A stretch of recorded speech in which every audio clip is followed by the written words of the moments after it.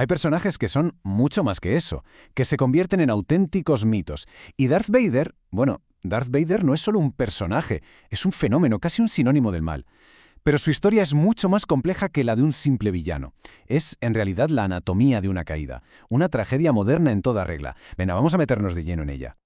Es que es increíble. Solo con ver esa silueta ya lo reconocemos al instante. El casco negro, esa respiración mecánica tan inquietante, el sable de luz rojo. Cada detalle lo tenemos grabado a fuego en la memoria colectiva. Es el ejecutor del imperio, una fuerza de la naturaleza. Pero claro, lo interesante es que detrás de esa máscara se esconde una historia radicalmente distinta. Y esa es la gran pregunta, la clave de todo esto.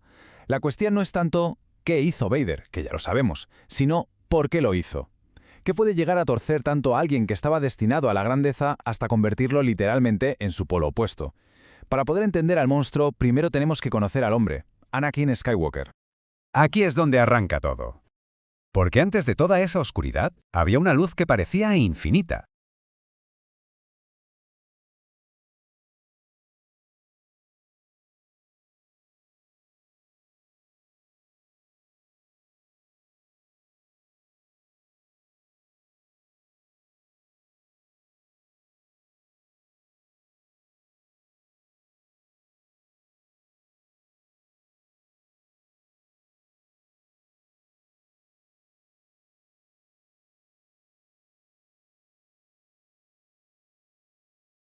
La historia de Anakin no empieza con odio, ni mucho menos, sino con una esperanza casi divina, con la promesa de una profecía.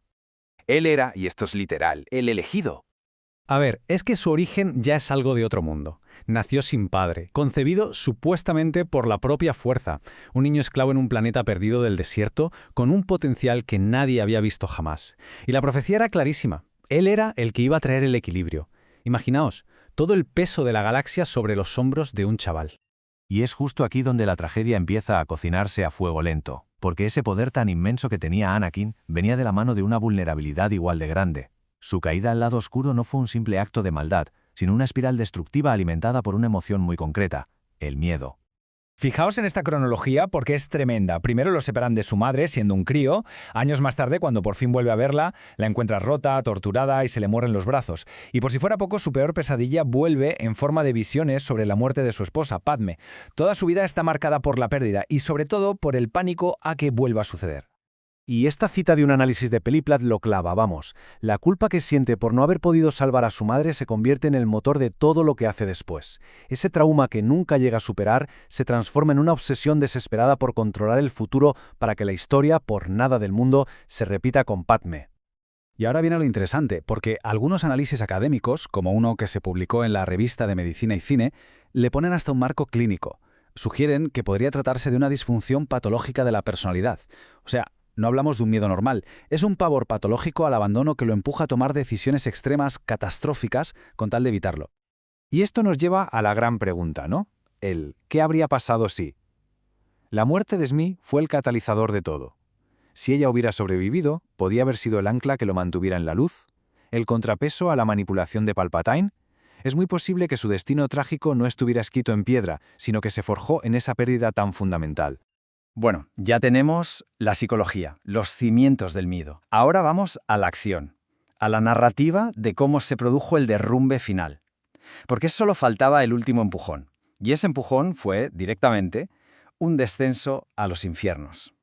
El proceso fue de una brutalidad absoluta, traicionó todo aquello que había jurado proteger, lideró una masacre contra sus propios compañeros, incluso contra niños, y al final fue derrotado por su mejor amigo, su maestro, Obi-Wan, que lo dejó literalmente quemándose en la lava de Mustafar.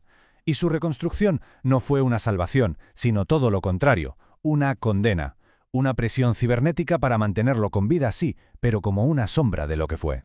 Así que aquí lo vemos clarísimo. No es una evolución, es una fractura total. El héroe de la República se convierte en el verdugo del Imperio. El elegido se transforma en un hombre completamente roto, esclavo de su dolor y del maestro oscuro al que sirve. En ese momento, Anakin Skywalker, en esencia, había muerto.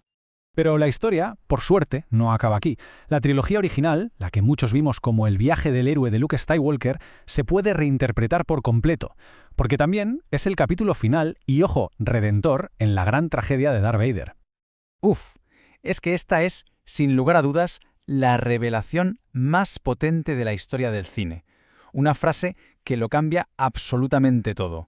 Y no es solo un giro de guión, es el momento exacto en que el pasado de Vader choca de frente con su presente y pone en marcha, sin saberlo, el camino hacia su redención. Y aquí hay una perspectiva académica súper interesante, de un análisis de Dialnet. Propone que toda la estructura de la saga original no gira solo en torno a la creación del héroe, que es Luke, sino en la restauración de la figura del padre. El objetivo final, en el fondo, es devolverle la dignidad a Anakin Skywalker.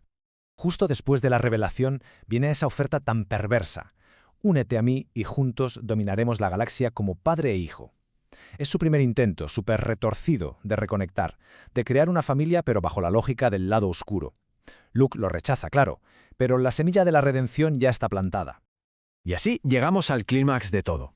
Vader ve cómo su hijo se niega a caer, cómo prefiere morir antes que matar a su propio padre. Y al ver al emperador torturando a Luke hasta la muerte, algo se rompe dentro de Vader, o quizá algo se recompone. En ese instante, Anakin Skywalker vuelve. Arroja a su maestro al vacío y cumple la profecía. Salva a su hijo, trae el equilibrio, sí, pero a costa de su propia vida. Pero claro, su muerte redentora no simplifica su legado, ¿eh? Todo lo contrario, lo complica todavía más. Nos deja con una dualidad que a día de hoy sigue fascinando. ¿Quién era en realidad? Esta dualidad es la que alimenta debates interminables entre los fans, como los que te encuentras en foros tipo Reddit. ¿Quién era más poderoso? ¿El potencial ruto y la agilidad de Anakin o el poder enfocado, la resistencia y el control absoluto de Vader? El simple hecho de que se discuta como si fueran dos personas distintas ya nos dice mucho de esa fractura tan profunda. Y es que, a pesar de su redención final, la imagen que ha quedado para la cultura es la del mal con mayúsculas. Se le sigue considerando una y otra vez uno de los mejores villanos de la historia del cine. Su figura es un arquetipo, una representación universal de la tiranía y la oscuridad. Lo que nos lleva a la pregunta definitiva. Su último acto fue heroico, cumplió la profecía, restauró la dignidad del padre, todo eso es cierto. Pero, ¿es suficiente para borrar décadas de masacres, de tiranía y opresión? ¿Puede un solo momento de luz redimir toda una vida de oscuridad? La respuesta quizá es lo que hace que su tragedia sea tan potente y tan eterna.